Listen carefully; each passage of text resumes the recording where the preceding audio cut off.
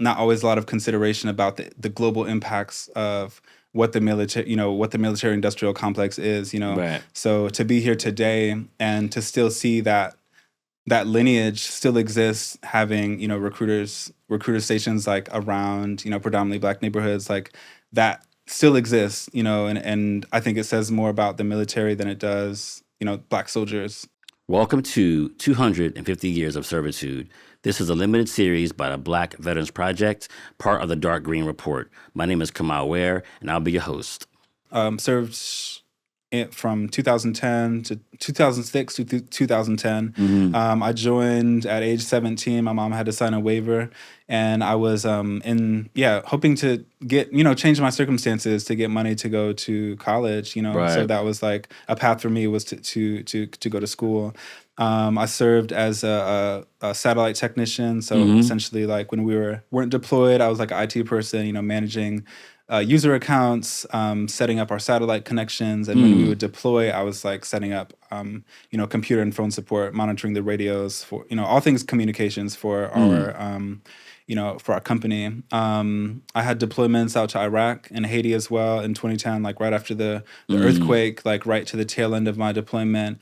And it left me with, a big question of how I was going to orient to America. I jumped into get money to go to school, but leaving out with such a traumatic experience, like seeing so much of the world through destruction, through that earthquake, and that being a time where I was just moving up to New York City, left me with wanting to. I studied business and French because I wanted to.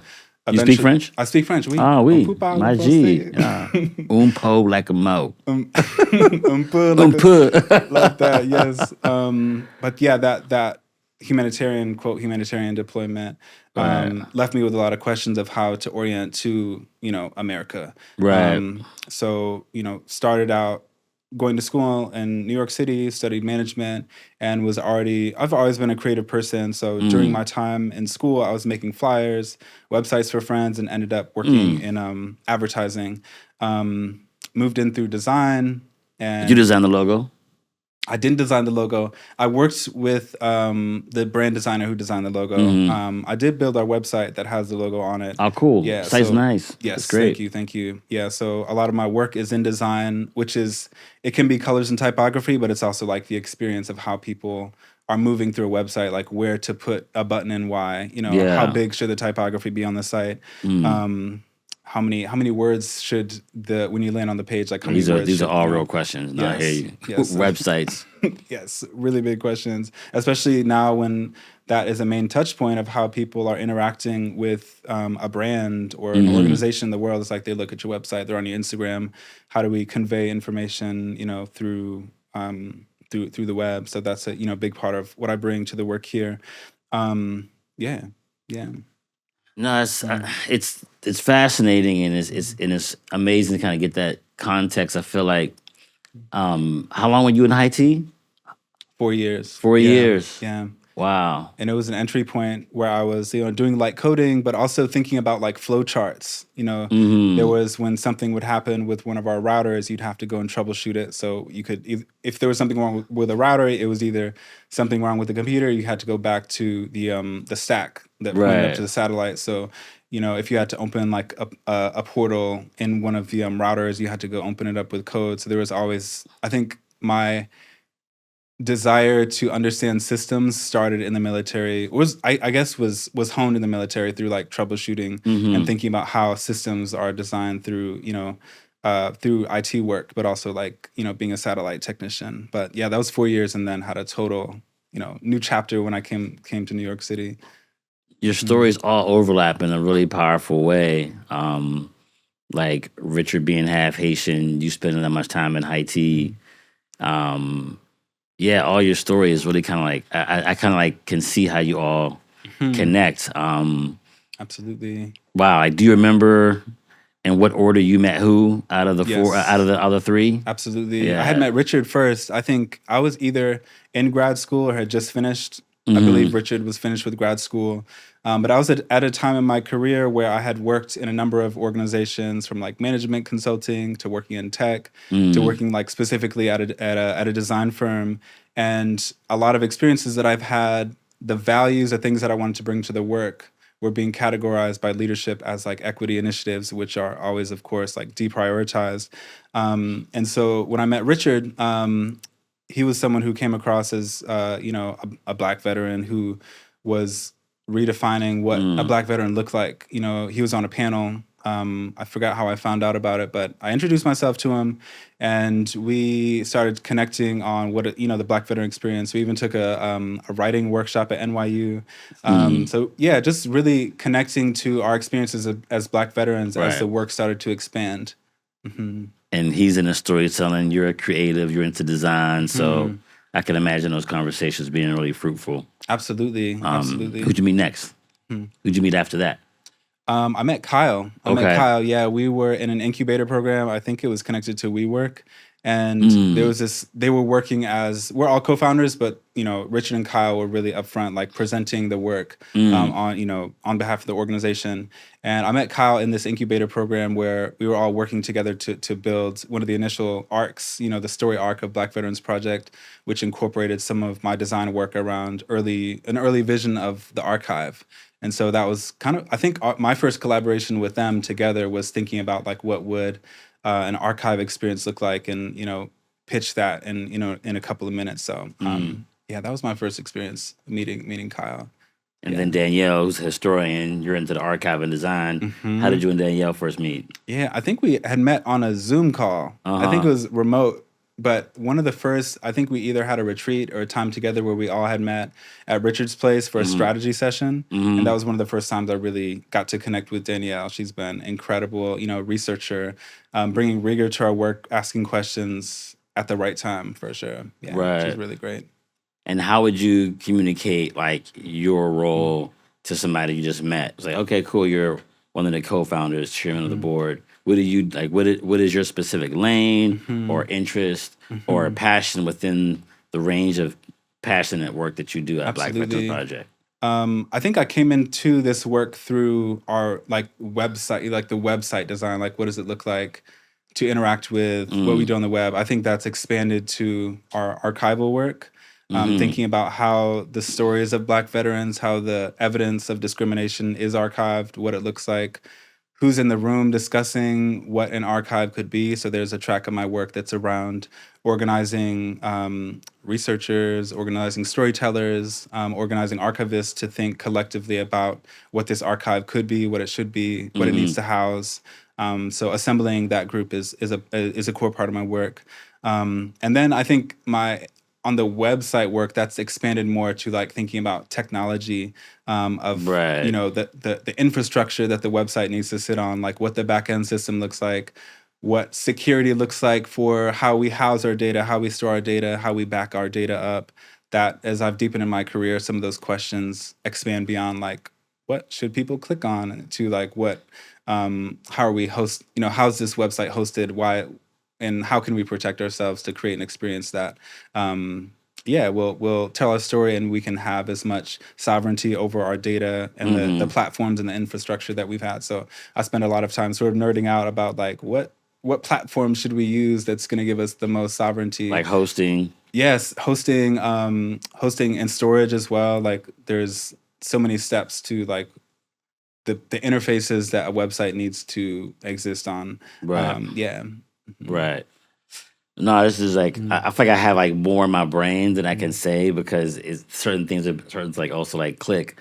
So can you walk me through just like from like a not nostalgic as much as like memoir, like when you were like, okay, I am going to enlist, like what types of things you were doing at that time in your life, what kind of songs, movies, like you always a creative person, it sounds like. Like, do you remember like what is like in the background, in the foreground for you at that point in time? Like what type of things are not pushing you, but like just kind of holding you? Definitely. I had locks like you I was 17. I Oh, had word. locks, had my very into like Yeah, Rastafarianism, man.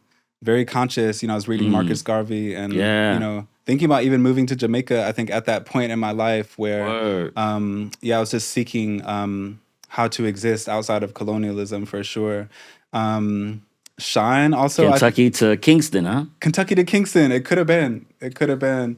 But yeah, I was tapped into my consciousness early, and at the same time knew that I wanted to not be in Kentucky. There was just a space where I felt like I needed to be away. Be away Yeah. from that, and so the military was because I think my father had joined, and I also seen how it can change people's life and offer a level of stability. That was a path that was very intuitive for me. I think the summer break, when I had joined, it was like maybe a month or two after summer break started, like after I graduated. So it was like very immediate.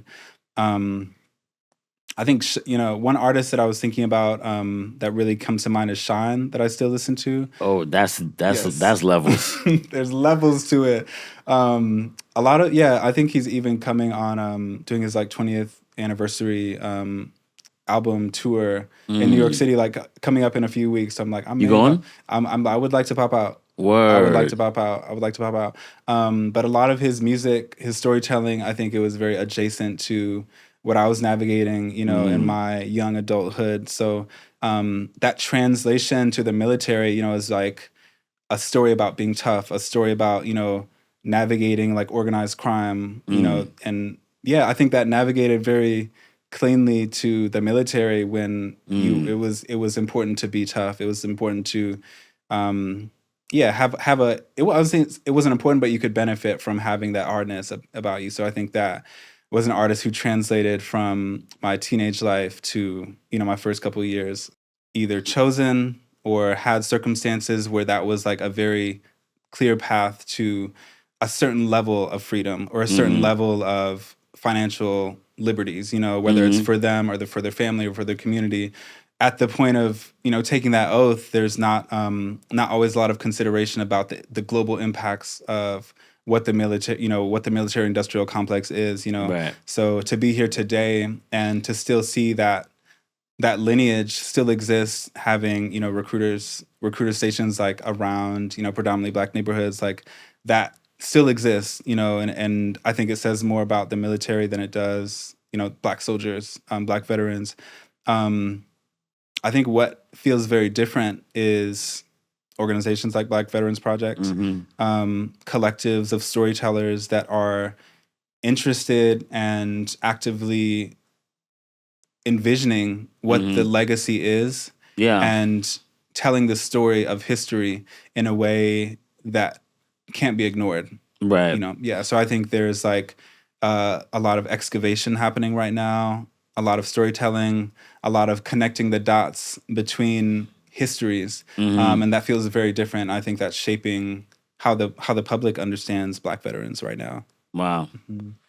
When you enlisted, do you remember how people respond? Like people are close to you, like your friends, other folks with business to shine like you. What did they get or like not get, or what did you like not get at that moment? Just to kind of have a bit of a timestamp and like we'll follow it through. But like when you did enlist and told your friends, like, yes, I'm about to serve. Like, what do you think people got or didn't get at that moment? They were excited for me. Beautiful. I think there was, because we lived close to a military base, people knew that people joined the military, and I will say I hadn't thought about deploying. I didn't think that in my mind that I would be in Iraq like 3 or 4 months after basic training. Like I was literally 18 by the time I got there, so there was like not a lot of thought into where I would end up at or the things that I would end up doing. And I think in the moments that I shared with my friends, it was just like, hey, Zella is moving out of Kentucky. Zella's joining the Army. So I think it maybe had come across as connecting to this opportunity to find a path forward, like a rites of passage of sorts. Yeah, absolutely. And so I think there was not a lot of concern of like, oh, Zella might go to war. It's just like, no, I just joined, and it was something that was celebrated. And that, I mean, anytime I return back home, that's always something that was affirmed. Like Zella left, Zella Right. left, and yeah, it was felt very very casual and felt like it needed to happen, but I Right. hadn't really thought about where I would end up at. And so I remember being in Iraq and thinking, calling my mom on the phone and just being like, "Wow, I'm here now," Right. and having to orient to what the realities were of um, everything that happens in Iraq, explosions or going out of the wire, or hearing stories from people that come back Right. from these deployments. That was something that I was experiencing in real time that I hadn't really considered. I think in basic training, you'll get that primer of this is what war is going to be like, but Right. yeah, it all happened really fast. It all How long happened were you really in fast. Iraq? 7 months. 7 months. Yeah, I did 7 And I months. was like 3 months after basic training. Yeah, probably less than that because I had finished basic training, went to my AIT, which is like advanced individual training to learn your job, and then I went to airborne school, which is like jumping out of airplanes. The unit that I was in were paratroopers, so that was like an additional, I think, like 2 or 3 weeks. Wow. And so I was always in training, and once I got to my unit, the parking lot was empty.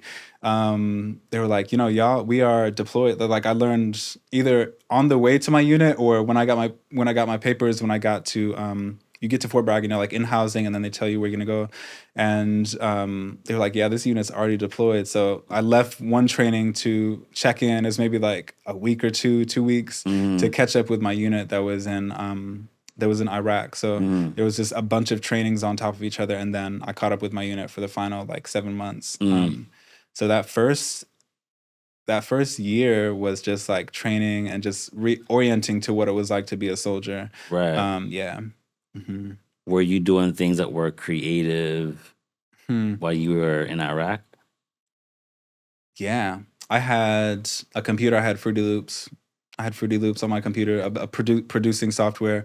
When I was a For those who teenager, don't know, what is Fruity Loops? Fruity Loops was the premier beat making Yeah, software. like he's eating cereal. Like Yeah, right. I know what you mean. Yes. It was music production software. It's usually free, and it's what a lot of young producers were making music on. I had a big keyboard that was in my in Fort Bragg where I was living at. I had like a Korg Triton that my dad got me that I was like, this is like the keyboard that like Timberland would use. I was really just interested in sound and music production. But I had a laptop and I had Fruity Loops. I would make music arrangements there and also in Haiti. With just producing music, freestyling. It was a cipher of one. It was a cipher of one. Wow. It's like your creativity in many regards went with you, was a part of you, wasn't left behind. It was a consistent part of Zella. Absolutely. Wow. Absolutely. And that was the path to in my professional work as well. I think my artistry, I'm also, visual artist, and that balance of design and art has always been really interesting for me because when I got into advertising and design, you would get this, a design brief. Do this thing to make this thing do that thing. It was like, this is what the creative thing needs to do. And I was really good at following, what the military calls like standard of procedure, SOPs, follow the instruction to make this thing work, the flow chart. And that was very natural to me, but I've always been, a creative person. And so the emergence of like defining what art meant for me as an adult meant to not have a person sign off, create the brief. Like I was, I'm the brief. And so that was a shift a couple years after I got into New York of starting to like incubate that idea of like, what does it mean to be an artist versus a designer? Right. And so, that's definitely a part of my work of navigating between those two in my life. And you spent more time in Haiti, and you said that between your time in Iraq and Haiti, you wrestled with and were looking at a different frame of having these experiences, and without like getting like too personal, were there things that were specific in when you left Iraq that you had with you, or did those things kind of come more together while you were in Haiti, or when both tours were over? I would And say is tours the right word to use? Yeah, tours, yeah. I would say in Haiti, that was really where a lot of my ideas about what's next culminated, both through me thinking about the future and just being immersed in an area that was just had so much devastation. It was a hopeless feeling for me to move through and see visually like what was happening on the streets.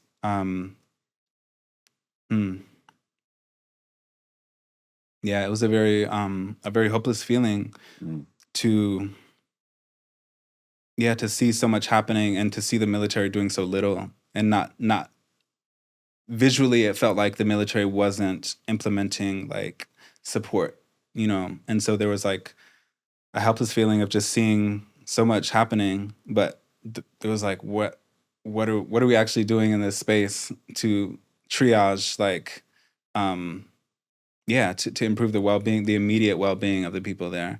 So I left feeling helpless, and that maybe we had failed in many ways, and the further I got from my military experience, I started asking these questions of like, why did we go to Iraq? Why why did we go to Haiti? Like, what's the role of the U.S. military in Haiti?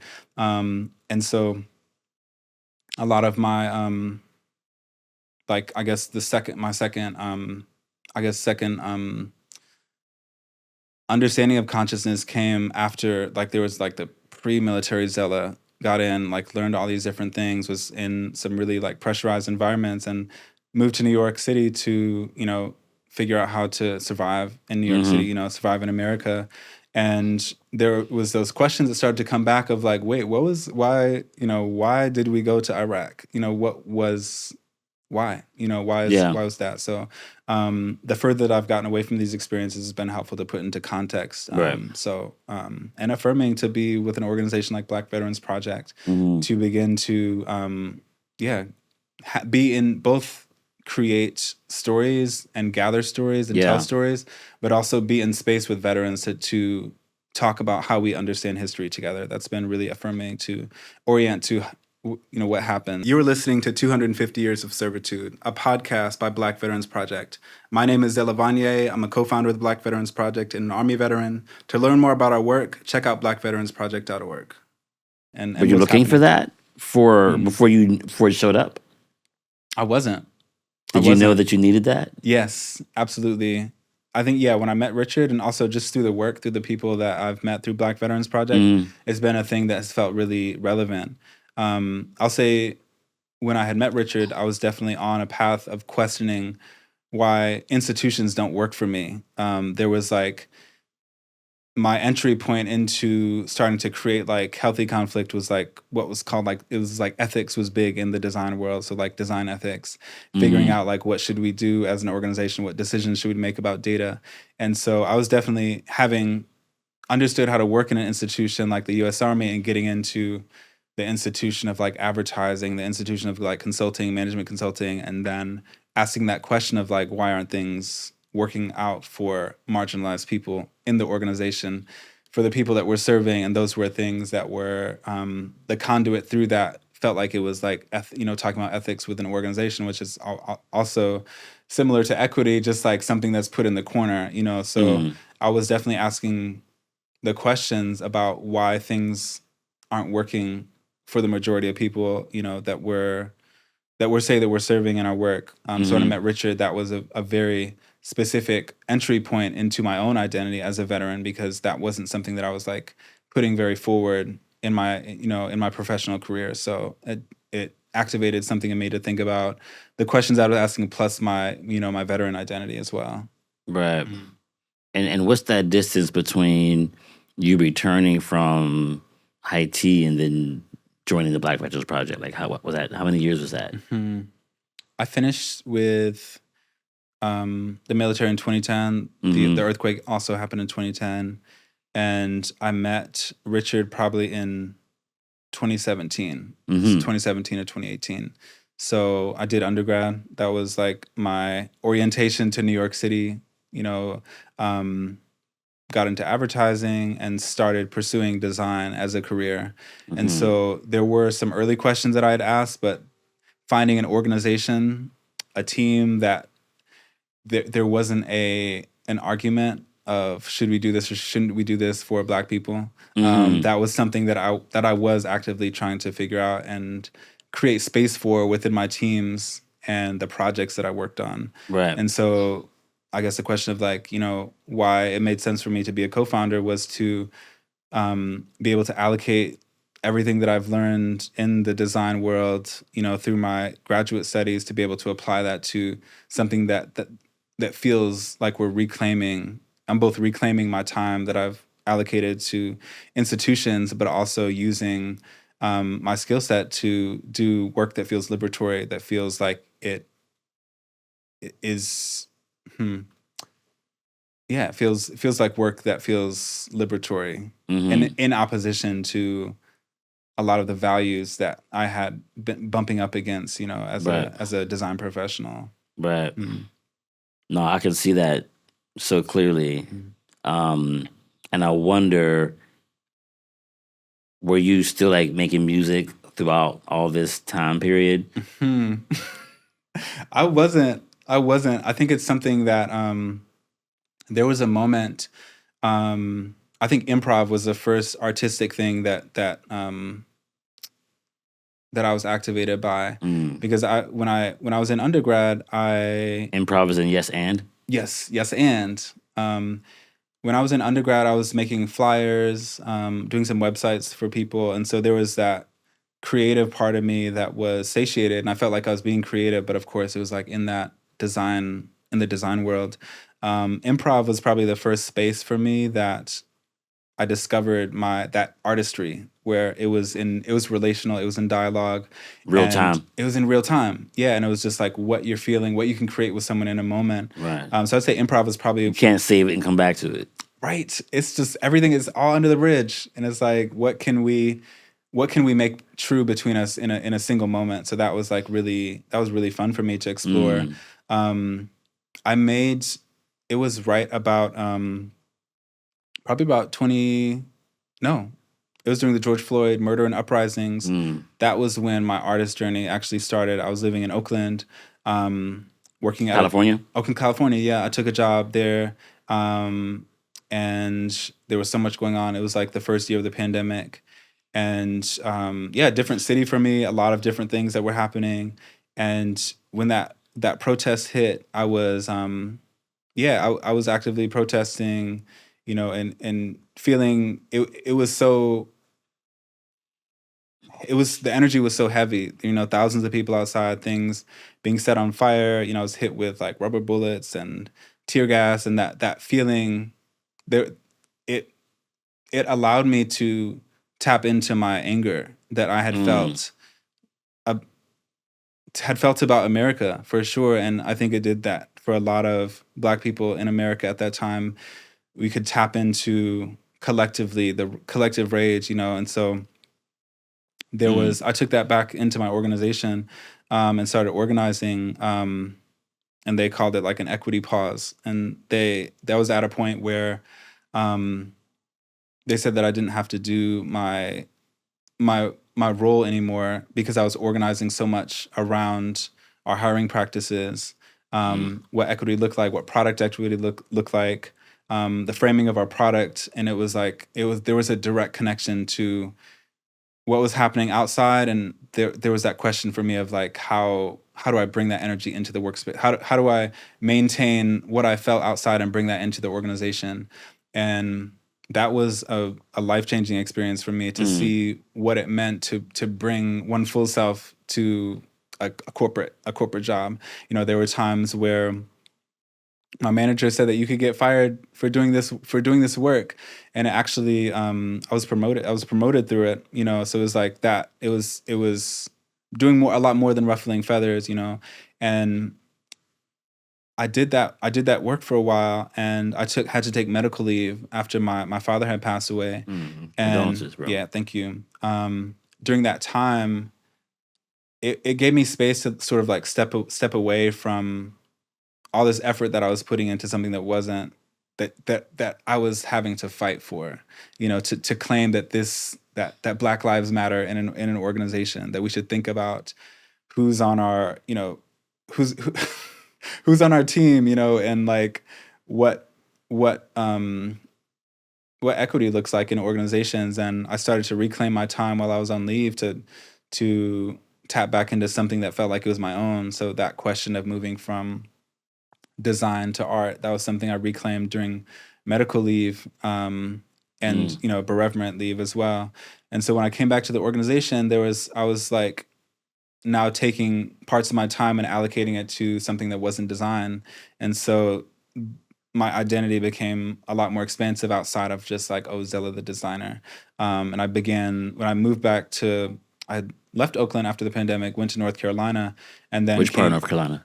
In Durham. Word. Yeah, all my folks are in Durham, yeah. So it was a fab, like, kind of in between moment. And moved back up to New York City as a visual artist, as a painter. I started to do shows. Left as a design, came back as an artist. Yes, and still working remote as well. So I was sort of in between these two different worlds. But to introduce myself as an artist to other people made a difference in how I felt in creative communities as well. So I started to feel what creative currency felt like, what it felt like to live by my values as an artist rather than a designer. And so that was a big shift for me, of starting to think about who I was outside of a designer as well. Right. Yeah.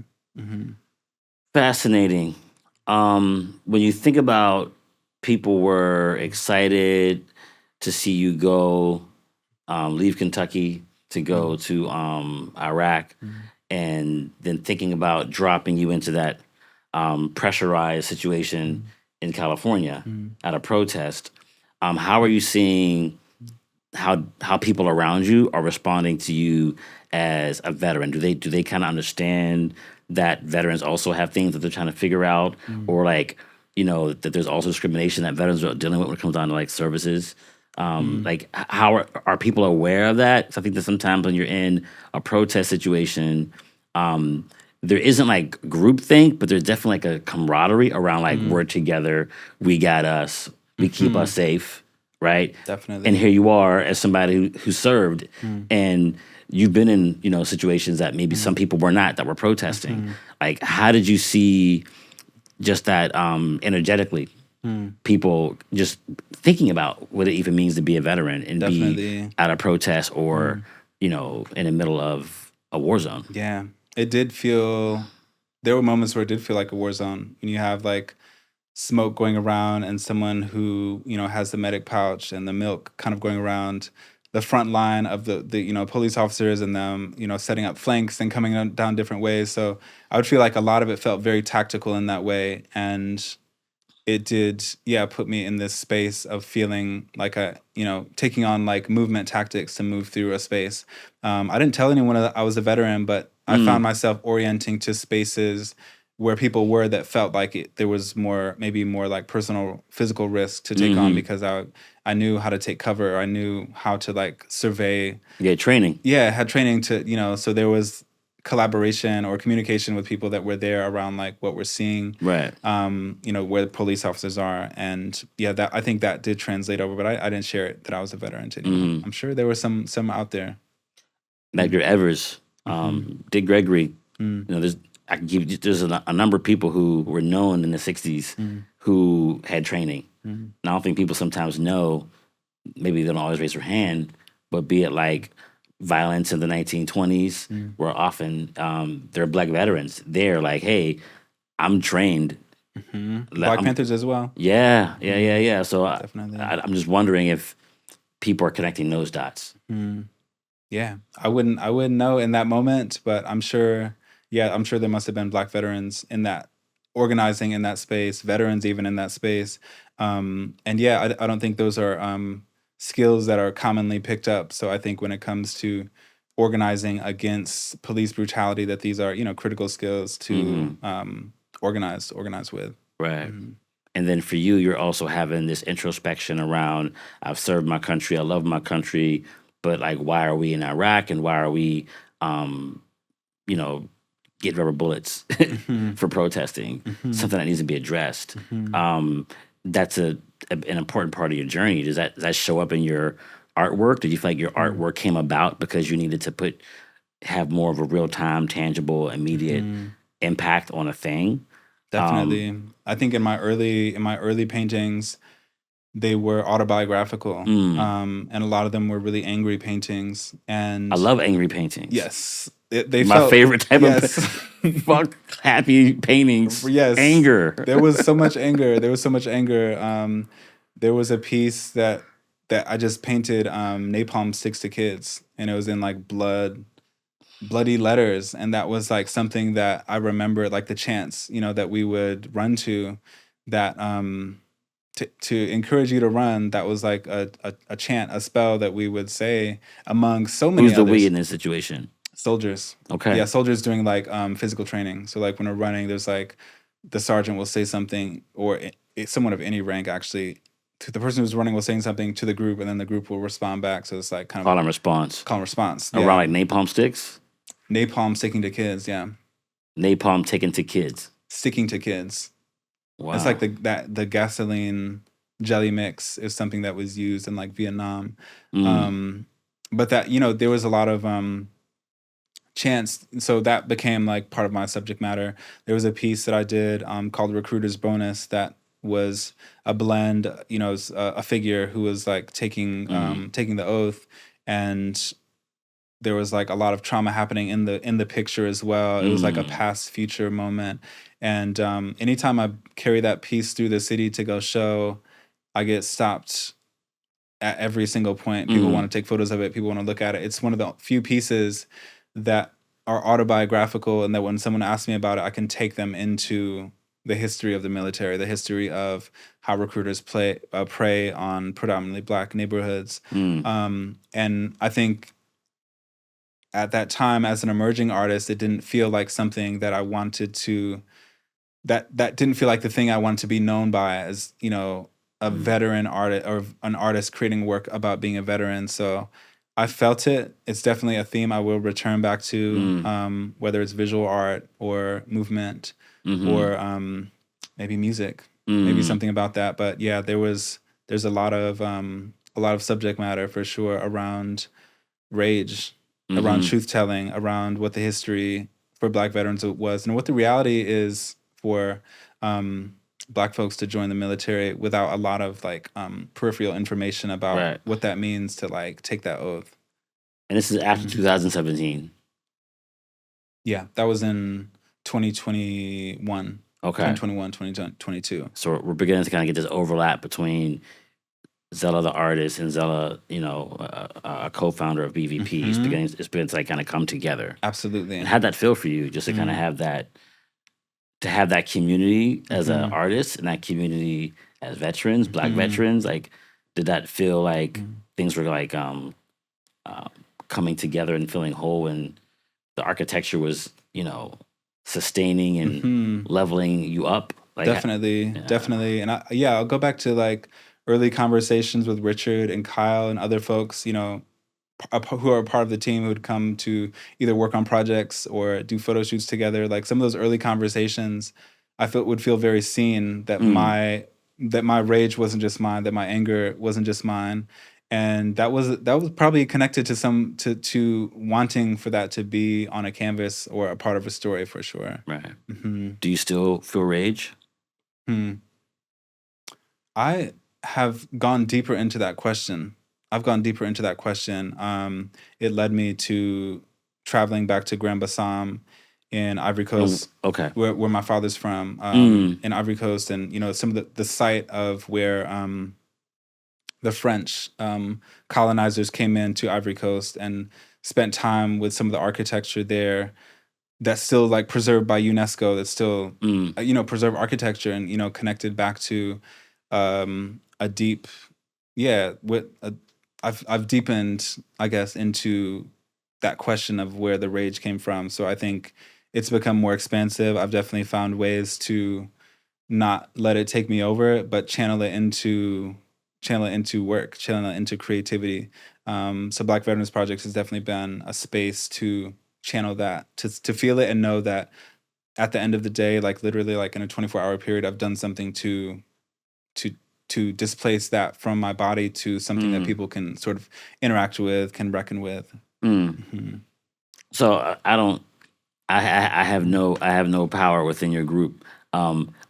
It sounds like you're the healer in the group, or you're the person who's like, yes, we need the archive. Yes, we need the activation. We need the movement. We need the justice.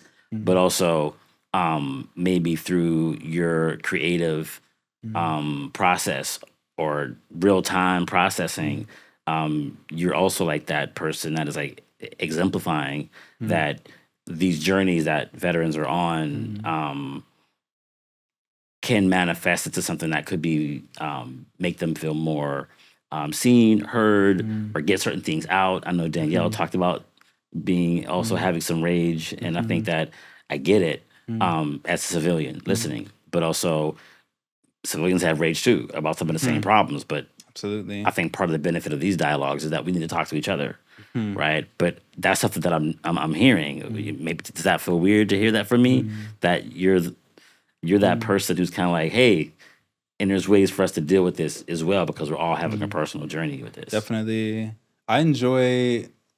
I'm very connected to my like somatic experience, like what's happening with my body. I bring that into my conversations with people. I think a lot about psychological safety, like how safe a space feels, and it's been an honor to bring that into the work, to talk about what we feel like while we're doing the work, because we, this is challenging. It's a lifetime of work. There's no like specific end to it when it comes to speaking out against injustice in whatever sector that we're dealing with. But I think there's practices that are about healing and creating space for healing as we're doing the work. That it's definitely an honor to know that we can do the work and still preserve our personhood and still preserve to keep our center and to build a center into something that a lot of people can take up space in and do their work and replenish themselves in. Right.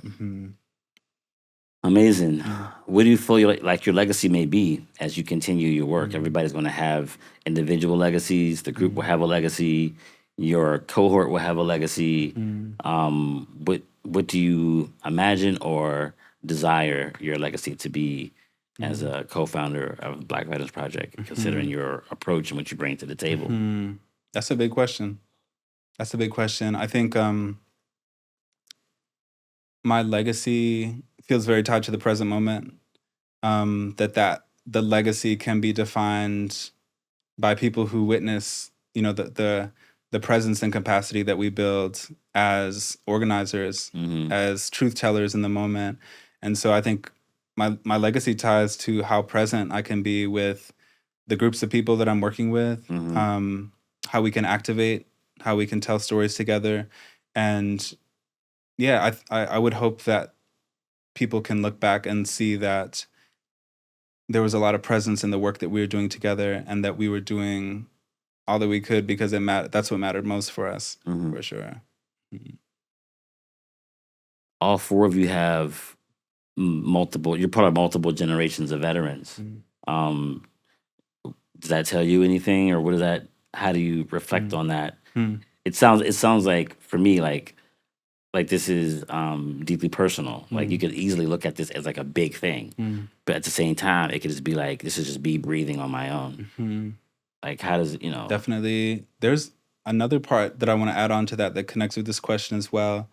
When I had joined the military, at age 17, there didn't exist a Black Veterans Project where I had like supplemental information or a historical record of what the Black veteran experience was when I joined. So there was like very limited to no information on that experience. So I'll add on to legacy in that way of just like having our work touch young Black people before they join the military. That work is a part of like curriculum in high schools, that it's a part of public consciousness, so that if young Black folks choose to join the military, that they can pair that with a historical account, with the stories of veterans, so that they can orient to what that experience is actually like before sort of moving into it. Right. Thanks for checking out 250 Years of Servitude, a podcast by the Black Veterans Project. Check us out on Substack at The Dark Room Report, or visit blackveteransproject.org to learn more about our work.